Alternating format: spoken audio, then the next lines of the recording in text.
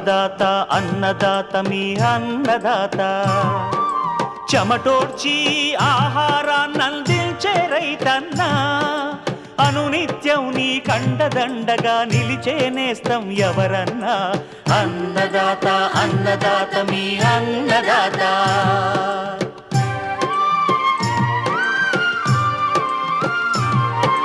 నూతన రీతుల సాగుబడికి నూరింతలు పెరిగే దిగుబడికి సూచనలిచ్చే సస్య రక్షణకు పశు పోషణకి శాస్త్ర విజ్ఞానం అందించి ముందుకు నడిపే తెలుగు రైతు భారతదేశానికి మకుటం అయ్యేలా తీర్చిదిద్దే ఆశయంతో మిమ్ము మేలు కొలిపేది అన్నదాత అన్నదాత అన్నదాత మీ అన్నదాత అన్నదాత అన్నదాత మీ అన్నదాత.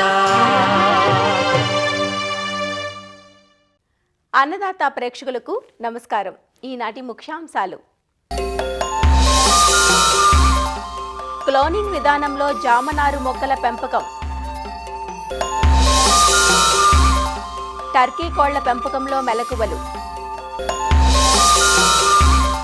పలు పంటలను ఆశించే పిండి నల్లి యాజమాన్యం, ఇంకా జై కిసాన్ వ్యవసాయ సమాచారం.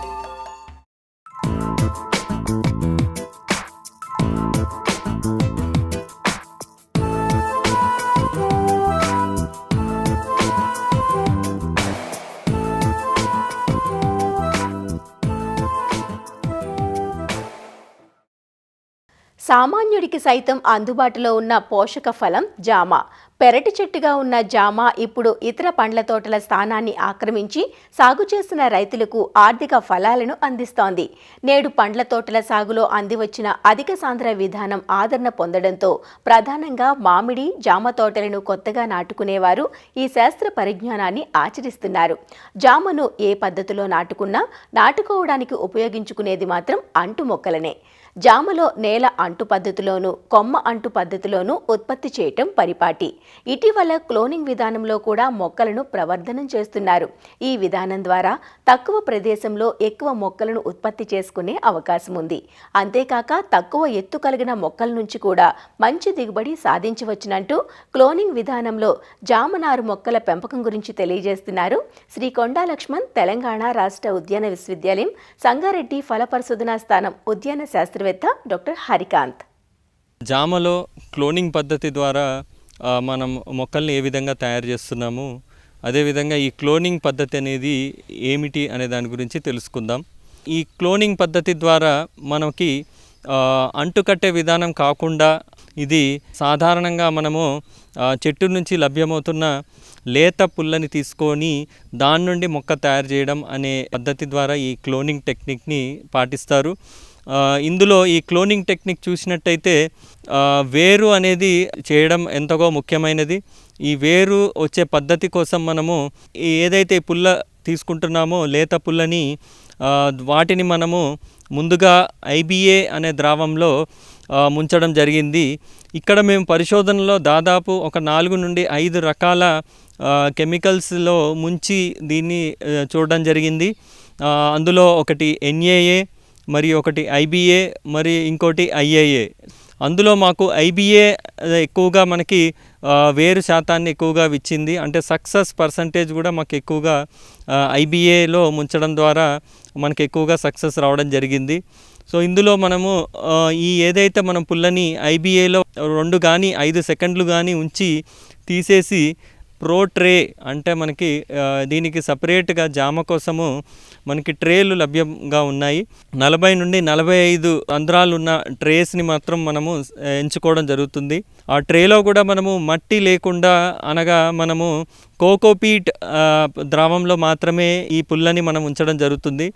సో ఈ లేత పుల్లని మనము తర్వాత ఈ ట్రేలో వేసిన తర్వాత ఈ ట్రేలన్నిటినీ కూడా మనం ఖచ్చితంగా మిస్ట్ ఛాంబర్ అనే ఫెసిలిటీలో మనము ఉంచవలసి వస్తుంది. ఈ మిస్ట్ ఛాంబర్ అనే ఫెసిలిటీ చూసినట్టయితే అందులో మనకి గాలి, తేమ మరియు వాతావరణం అనేది కంట్రోల్డ్ కండిషన్గా ఉండేటట్టుగా ఉంచుకోవాలి. ఇందులో మనము నీరిచ్చే పద్ధతి కూడా మిస్ట్ రూపంలో, అంటే మనకి డ్రిప్ స్ప్రింక్లర్స్ ఉంటాయి. సో ఆ స్ప్రింక్లర్స్ ప్రతి ఒక 2 నిమిషాలకి లేదు అంటే 5 నిమిషాలకి సెట్ చేసుకొని నీరిచ్చే విధంగా మనము చూసుకోవాలి.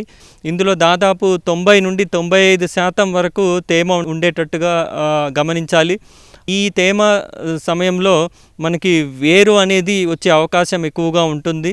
ఈ పద్ధతిని మనం దాదాపు 30 రోజుల వరకు మనం ఈ క్లోనింగ్ టెక్నిక్ని, ఈ ట్రేలను మాత్రం మనము మిస్ట్ ఛాంబర్లో ఉంచవలసి వస్తుంది. తర్వాత ఏవైతే మనకి వేరు అనేది ఒక 25 నుండి 30 రోజుల తర్వాత ఏదైతే పుల్ల నుండి వేరు వస్తుందో వాటిని ఒక 30-35 రోజుల తర్వాత మనం ఈ మిస్ట్ ఛాంబర్ నుంచి ట్రేలని బయటికి తీసేసి ఆ తర్వాత ఈ ట్రేలని మనము 50% మనకు సూర్యరశ్మిని కంట్రోల్ చేసే షేడ్ నెట్లో ఉంచవలసి వస్తుంది. సో వీటిని ట్రాన్స్ప్లాంట్ చేసిన తర్వాత దాదాపు ఒక 15 నుండి 20 రోజుల వ్యవధిలో ఏదైతే కనుమలు ఉంటాయో అవి పగిలి మనకి ఒక చిన్న కొమ్మలాగా ఏర్పడడం మొదలవుతుంది. అది దాదాపు మనం ఒక 40 రోజులు మనము ఈ షేడ్ నెట్ పద్ధతిలో ఉంచవలసి వస్తుంది. సో ఇది దాదాపు 40-45 రోజుల తర్వాత ఏదైతే మనకి ఆకు ఏర్పడుతుందో, కొమ్మలాగా చిన్న కొమ్మ ఏర్పడుతుందో, దాని తర్వాత ఈ పద్ధతిని మనము షేడ్ నెట్ నుండి తర్వాత మనము బయటికి తీసుకురావాల్సి వస్తుంది, సూర్యరశ్మిలోకి తీసుకురావాల్సి వస్తుంది. అది దాదాపు మనకి ఒక 30 నుండి 40 రోజులు బయట ఉంచవలసి వస్తుంది. దాదాపు ఇది మొత్తం ఒక 90-95 రోజుల వ్యవధిలో మొక్క ఏర్పడడం జరుగుతుంది. ఇది ఏదైతే మనకి ఒక సూర్యరశ్మిలో ఒక 30 రోజులు ఉన్న తర్వాత ఈ మొక్కని మనము ట్రే నుండి మనము పాలీ బ్యాగ్లోకి మార్చడం జరుగుతుంది. కోకోపీట్ ఉన్న పాలీ బ్యాగ్ని మాత్రమే వేయించుకోవడం జరుగుతుంది. సో వేసుకున్న తర్వాత దానికి నీరు అందించడం ఖచ్చితంగా చూసుకోవడం ఒక పద్ధతి. అదేవిధంగా పాలీ బ్యాగ్ నుంచి వేసిన తర్వాత దీని యొక్క ఎదుగుదల అనేది మొదలవుతుంది. సో దీని ఎదుగుదల దాదాపు ఒక 150 రోజుల వరకు చూసినట్టయితే మనకి ఆకులు అనేది ఒక 10 నుండి 15 ఆకులు కొమ్మ నుండి ఏర్పడడం జరుగుతుంది. తర్వాత మనము ఒక 160 నుండి 170 మరియు 180 రోజులు చూసినట్టయితే మన పాలీ బ్యాగుల్లోనే మనము పూత మరియు కాత కూడా రావడం చూస్తూ ఉంటాము. సో ఇందులో చూసుకున్నట్టయితే మనకి ఈ క్లోనింగ్ పద్ధతి ద్వారా మనం అధిక మొక్కలని తయారు చేసే అవకాశం ఎక్కువగా ఉంది. ఏదైతే మనం అంటు పద్ధతి అదేవిధంగా నేలంటు పద్ధతి చేస్తున్నామో అందులో మనకి కష్టం ఎక్కువగా ఉంటుంది. ఆ డిమాండ్ని అధిగమించడానికి మనకి ఈ క్లోనింగ్ టెక్నిక్ అనే పద్ధతి జామలో మనకి ఎక్కువగా ఉపయోగపడుతుంది. ఇందులో చూసుకున్నట్టయితే మరొక విశేషం ఏమనగా మనకి వేరు మూలం చూసుకున్నట్టయితే మొదలు వేరు అనేది, తల్లి వేరు అనేది తక్కువగా ఏర్పడడం జరుగుతుంది. ఈ తల్లి వేరు ఏర్పడడానికి కొంచెం సమయం ఎక్కువగా తీసుకుంటుంది కాబట్టి ఈ మొక్కలు మనకి ఎదుగుదల అనేది అంతగా మనకి కనిపించకపోవచ్చు. కానీ మనకి చూసినట్టయితే పాలీ బ్యాగ్లోనే మనము పూత మరియు కాత కూడా ఏర్పడడం జరుగుతుంది. ఏదైతే మన ఈ క్లోనింగ్ టెక్నిక్ అనే పద్ధతిని అవలంబించి ఈ యొక్క జామ యొక్క డిమాండ్ని మనము అధిగమించే అవకాశాలు ఎక్కువగా ఉన్నాయి. ఇందుకోసం మనకి కావాల్సిన పద్ధతులు చూసుకున్నట్టయితే మనకి మిస్ట్ ఛాంబర్ అనే ఫెసిలిటీ ఖచ్చితంగా మనం ఏర్పరచుకోవాలి. సో ఈ మిస్ట్ ఛాంబర్ అనే ఫెసిలిటీ ఉన్నట్టయితే ఖచ్చితంగా మనము దాదాపు ఒక 2 నుండి 2.5 లక్షల మొక్కలు కూడా ఒక 500 నుండి 600 స్క్వేర్ మీటర్ యొక్క మిస్ట్ ఛాంబర్ నుంచి మనము తయారు చేయడానికి అవకాశం ఎంతగానో ఉంది.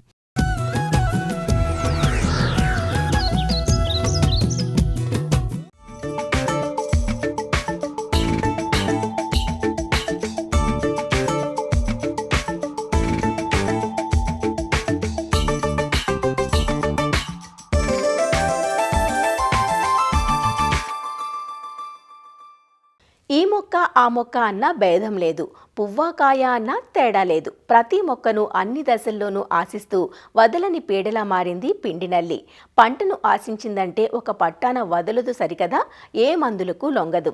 లేత చిగుళ్లను ఎదగనివ్వకుండా చేసి మొక్కను నిర్వీర్యం చేస్తుంది. ఒక మొక్కకు ఆశించిందంటే తక్కువ కాలంలోనే ప్రక్క మొక్కలకు విస్తరిస్తుంది. అన్ని పంటలకు బద్ధ శత్రువుగా మారిన పిండినల్లి నివారణకు చేపట్టాల్సిన సమగ్ర యాజమాన్యం గురించి ఈరోజు తెలుసుకుందాం.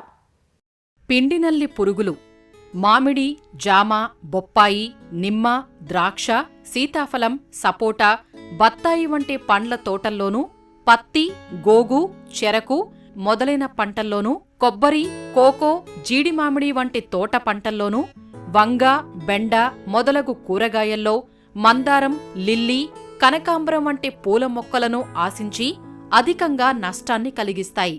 పిండినల్లి సాధారణంగా నిద్రావస్థ కాలాన్ని చెట్ల మొదళ్లలోనూ, నేలలో గడుపుతాయి.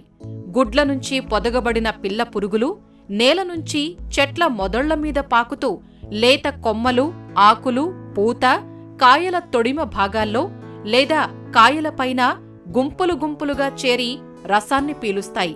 దీని కారణంగా ఆకులు పత్రహరితాన్ని కోల్పోతాయి.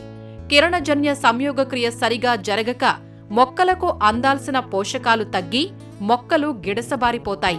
మొక్కల మొదళ్లలో తిరుగుతున్న చీమలను బట్టి పురుగు ఉనికిని గుర్తించవచ్చు.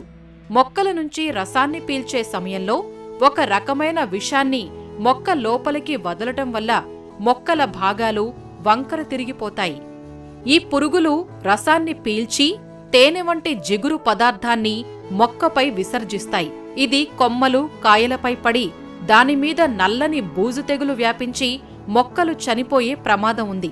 ఈ తేనె వంటి జిగురు పదార్థానికి చీమలు ఆకర్షితమై పిండి పురుగు, వాటి పిల్ల పురుగులను ప్రక్క మొక్కల్లో వ్యాప్తి చేస్తాయి.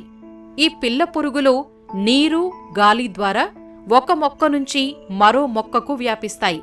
గాలి, వెలుతురు తగలని ప్రాంతాల్లో, పొలం గట్ల వెంబడి తుత్తురు బెండ, పార్థీనియం వంటి కలుపు మొక్కలున్న ప్రాంతాల్లోనూ, పోషక యాజమాన్యం సరిగా లేని పొలాల్లో పంటలపై పలు రకాల మందులను కలిపి వాడినప్పుడు లేదా ఒకే మందును పదే పదే వాడినప్పుడు కూడా ఈ పురుగు ఉధృతి ఎక్కువవుతుంది. పిండినల్లి పురుగులను ఒక్క రసాయన మందులతోనే అదుపు చెయ్యలేం. పైగా పురుగుల శరీరం మీద మైనపు పూత ఉండడం, పురుగులు మొక్కల మొదళ్లలో ఇరుకు భాగాల్లో దాక్కుని ఉండటం వల్ల మందులు అంతగా పనిచెయ్యలేవు. పిండినల్లి నివారణకు పలు రకాల సమగ్ర సస్యరక్షణ చర్యలు అవలంబించాలి. ముఖ్యంగా వేసవి దుక్కులు, కలుపు యాజమాన్యం తప్పనిసరిగా చెయ్యాలి. పురుగు సోకిన కొమ్మలను, అడ్డదిడ్డంగా పెరిగిన కొమ్మలను నాశనం చేసి మొక్కలకు గాలి, వెలుతురు సోకేలా చెయ్యాలి. నేలను తాకే కొమ్మలను కత్తిరించి కొమ్మలపై 2 మిల్లీలీటర్ల వేప నూనె లీటరు నీటికి కలిపి పిచికారీ చెయ్యాలి. లేదా 5% వేపగింజల కషాయం పిచికారీ చెయ్యాలి. కాండం చుట్టూ 400 గేజ్ పాలిథీన్ షీట్ను చెట్టు మొదలు నుంచి 1 అడుగు ఎత్తు వరకు అమర్చి షీట్ పైన గ్రీజు పూయాలి. అలా చేస్తే పిల్ల పురుగులు చెట్టుపైకి పాకలేవు. పురుగు ఆశించిన మొక్కల భాగాలను తడిగుడ్డ లేదా గోనెపట్టాతో రుద్ది పురుగులను చంపాలి. ఎరువులను సరైన మోతాదులో వేసుకోవాలి. ముఖ్యంగా నత్రజని ఎరువులను మోతాదుకు మించి వెయ్యరాదు. పిండి నల్లులను తినే అక్షింతల పురుగులు, సాలెపురుగులు, అల్లిక రెక్కల పురుగులు, బదనికలను కాపాడిగాని లేదా క్రిప్టోలీమన్ మాంట్రూ జెరీ అనే బదలికను కృత్రిమంగా పొలంలో వదిలిగాని పురుగులను అదుపులో ఉంచవచ్చు. బవేరియా బసియానా లేదా వెట్టిసీలియం లికాని అనే శిలీంద్ర సంబంధ సూక్ష్మజీవిని 5 గ్రాములు లీటరు నీటికి కలిపి పిచికారీ చేయటం ద్వారా పిండి నల్లిని అదుపులో ఉంచవచ్చు. పిండి పురుగులు అక్కడక్కడా కనిపించగానే పంటలో మలాథియాన్ 2 మిల్లీలీటర్లు లేదా అజాడిరక్టిన్ 3000 ppm 2.5 మిల్లీలీటర్లు లేదా 2 మిల్లీలీటర్ల ప్రొఫెనోఫాస్ లేదా ఎసిఫేట్ 1.5 గ్రాములు లీటరు నీటికి కలిపి పిచికారీ చేయాలి. పండ్ల తోటల్లో క్లోరిపైరిఫాస్ 5 మిల్లీలీటర్లు, కాపర్ ఆక్సీక్లోరైడ్ 10 గ్రాములు, వేప నూనె 5 మిల్లీలీటర్లు, జిగురు 2 మిల్లీలీటర్లు లీటరు నీటికి కలిపి కాండం మీద పూతగా పూయాలి. చెరకు, పత్తి, కోకో, ద్రాక్ష, మామిడి మొదలగు వాణిజ్య పంటల్లో సేద్య పద్ధతులను సక్రమంగా పాటిస్తూ అవసరాన్ని బట్టి అంతర్వాహిక మందులైన ఇమిడాక్లోప్రిడ్, డైనోటిఫ్యూరాన్, బుప్రోఫెజిన్ వంటి మందులను సిఫారసు చేసిన మోతాదులో పిచికారీ చేసి పిండి నల్లిని అదుపులో ఉంచవచ్చు.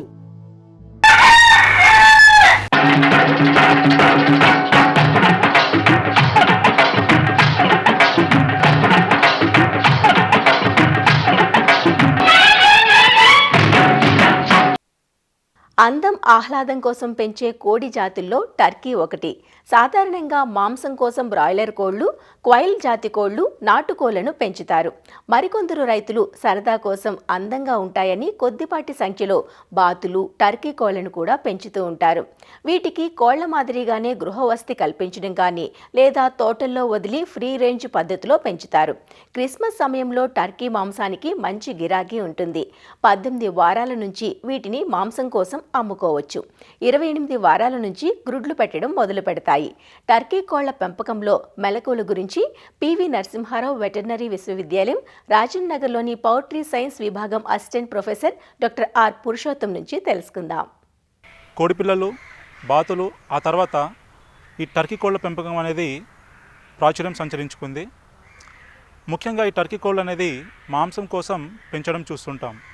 ఈ టర్కీ కోళ్ల మాంసం ఎంతగానో రుచిగా, ఈ కొవ్వు శాతం తక్కువ ఉండడం వల్ల ఈ కోడి మాంసం కంటే ఎంతగానో ఉపయోగం.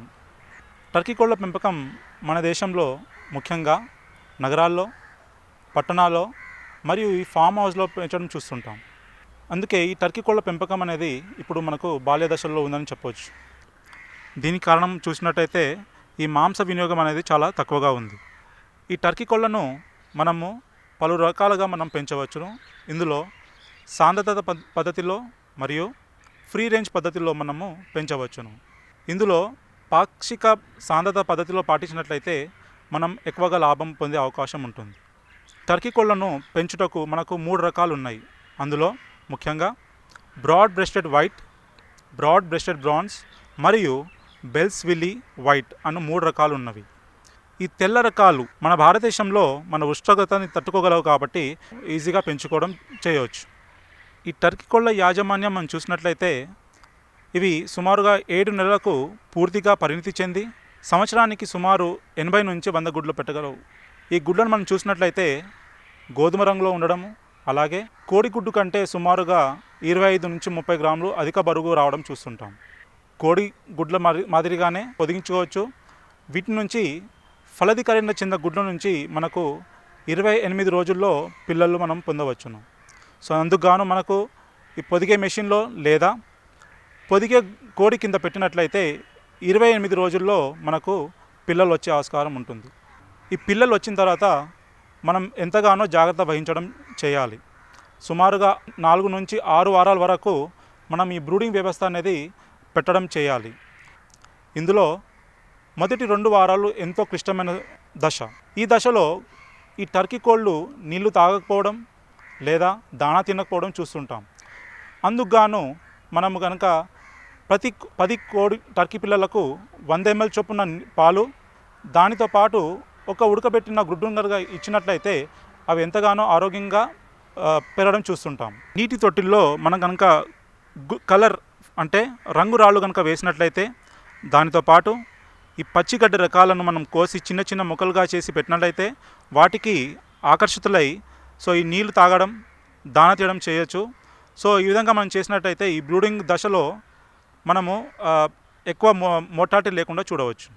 అలాగే ఈ టర్కీ కోళ్ళ ఎదిగే దశలో మనం చూసినట్లయితే మనం ఎక్కువగా సాంద్రత పద్ధతిలో లేక పాక్షిక సాంద్రత పద్ధతిలో మనము పెంచుకోవచ్చు. సో ఈ ఎదిగే దశలో మనం స్థలం కనుక చూసినట్లయితే మొదటి 4 వారాలు లేదా 6 వారాల వరకు సుమారుగా 1 నుంచి 1.5 చదరపు అడుగులు అవసరం ఉంటుంది. అదేవిధంగా 5 నుంచి 16 వారాల వరకు సుమారుగా 2.5 చదరపు అడుగులు అవసరం ఉంటుంది. ఆ పైన 16 నుంచి 30 వారాల వరకు సుమారుగా 4 చదరపు అడుగులు అవసరం ఉంటుంది. సో ఎప్పుడైతే మనము పాక్షిక సాంద్రత పద్ధతిలో పెంచుతున్నామో అలాంటి సమయాల్లో ఈ వేట బారిన పడే అవకాశం ఎక్కువగా ఉంటుంది కాబట్టి అందుకుగాను చుట్టూర కంచె వేసి అలాగే రాత్రి వేళలో గృహ వ్యవస్థ అనేది ఏర్పాటు చేయడం ఎంతగానో అవసరం. ఎప్పుడైతే ఈ పచ్చిక మైదానంలో మనం ఎదిగే కోడిపిల్లను మనం పెంచినట్లయితే తరచుగా వీటిని స్థల మార్పిడి చేసినట్లయితే ఈ పరాన్న జీవుల బెడద నుంచి కొంతవరకు తగ్గించుకోవచ్చు.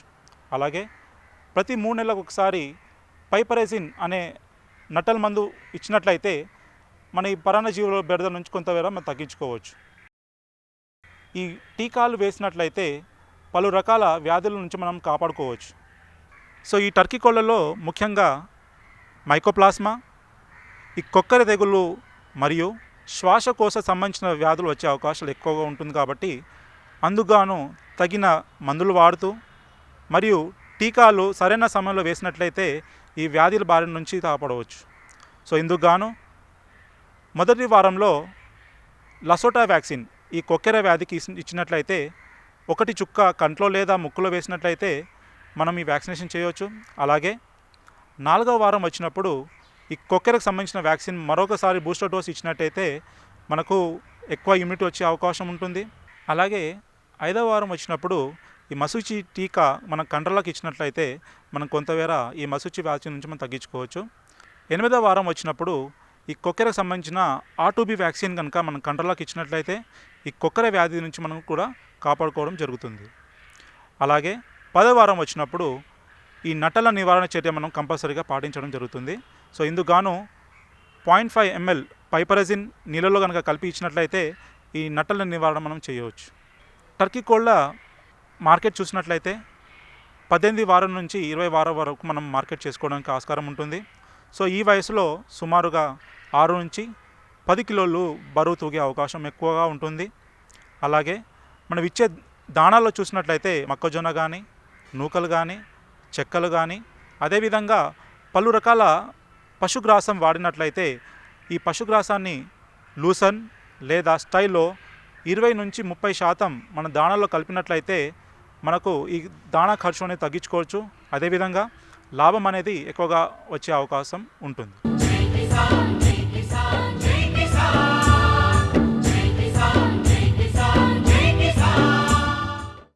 వ్యవసాయ సమాచారం ఇప్పుడు జై కిసాన్లో చూద్దాం. వానాకాలం పంటలు సాగు చేసిన మెదక్ జిల్లా రైతులకు ఈ ఏడాది గడ్డు పరిస్థితులే ఎదురయ్యాయి. సాగు ఆరంభం నుంచి కురుస్తోన్న వానలు పంటలను పనికిరాకుండా చేస్తున్నాయి. ఇప్పటికే జిల్లాలోని మెదక్ మండలం సంగాయిగూడ తండా పరిసర ప్రాంతాల్లో హల్దీవాగు, మంజీరా నది ప్రభావంతో పొలాలన్నీ ఇసుక మేటలు వేయగా గత 4 రోజులుగా కురుస్తోన్న వర్షాలకు పాపన్నపేట మండలంలోని ఎల్లాపూర్, గాంధర్పల్లి, కుర్తివాడ, ఆరేపల్లి గ్రామాల్లో సుమారు 1000 ఎకరాల వరకు వరి పంట నీట మునిగింది. సింగూరు నుంచి వరద నీరు వదలడంతో మంజీరా నది పరివాహక ప్రాంతంలో ఉన్న పంట పొలాలు పూర్తిగా నీట మునిగాయి. ఆరుగాలం కష్టపడి సాగు చేసిన పంట నీటిపాలైందని, పెట్టిన పెట్టుబడి కూడా వచ్చే పరిస్థితి లేదంటూ రైతులు ఆందోళన చెందుతున్నారు. గత నెల రోజుల నుంచి భారీ వర్షాల వల్ల మా గ్రామంలో సుమారుగా 200 ఎకరాలు పై రైతులు బాగా నష్టపోయారు. ఈ ఉధృతికి దేవుడు కరుణించి వాతావరణం కొంచెం వర్షాలు తగ్గితే ఇప్పటికైనా కొందరు రైతులు బాగుపడతారు, లేకుంటే చాలా ఇబ్బందిగా ఉంటుంది. గత 45 రోజులుగా మంజీరా నది ఉధృతకు మరి 200 ఎకరాలకు పైన సుమారు పొలాలు పంట నష్టం జరిగినది. మమ్మల్ని గవర్నమెంట్ ఆదుకోగలరని మనం కోరుకుంటున్నాము. ఇప్పటికే పంట నష్టం జరిగి నష్టపోయామని, కనీసం పెట్టుబడి ఖర్చులు కూడా వచ్చే పరిస్థితి లేదంటూ రైతులు వాపోతున్నారు. ప్రభుత్వం పరిహారం అందించి ఆదుకోవాలంటూ కోరుతున్నారు. మరిన్ని విభిన్న అంశాలతో రేపటి అన్నదాతలో మళ్ళీ కలుసుకుందాం. నమస్కారం. అన్నదాతలు తమ సందేహాలు, సమస్యలను 18004254085 టోల్ ఫ్రీ నంబర్లో ఉదయం 10 నుంచి 11 గంటల మధ్య పని దినాలలో సంప్రదించగలరు. ఈ కార్యక్రమాన్ని యూట్యూబ్లో www.youtube.com/annadaata ETV లింక్ ద్వారా వీక్షించవచ్చు.